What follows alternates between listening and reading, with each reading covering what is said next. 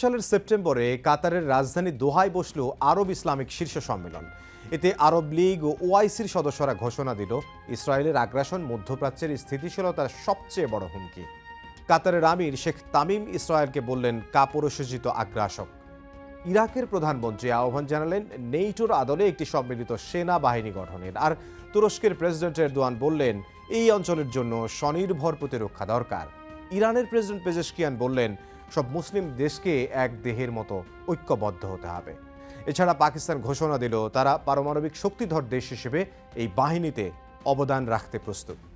Reuters জানায় এই সম্মেলনের খসড়া প্রস্তাবে ইসরায়েলকে সরাসরি আন্তর্জাতিক স্থিতিশীলতার জন্য হুমকি বলা হয়েছে।